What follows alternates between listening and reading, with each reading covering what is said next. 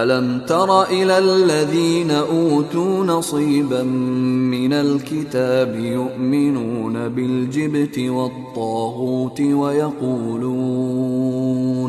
وَيَقُولُونَ لِلَّذِينَ كَفَرُوا هَؤُلَاءِ أَهْدَىٰ مِنَ الَّذِينَ آمَنُوا سَبِيلًا۔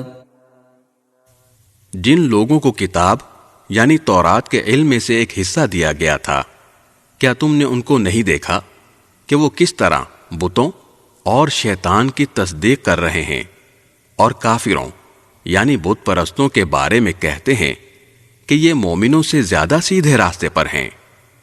اولئک الذین لعنهم اللہ ومن يلعن اللہ فلن تجد له نصیرا۔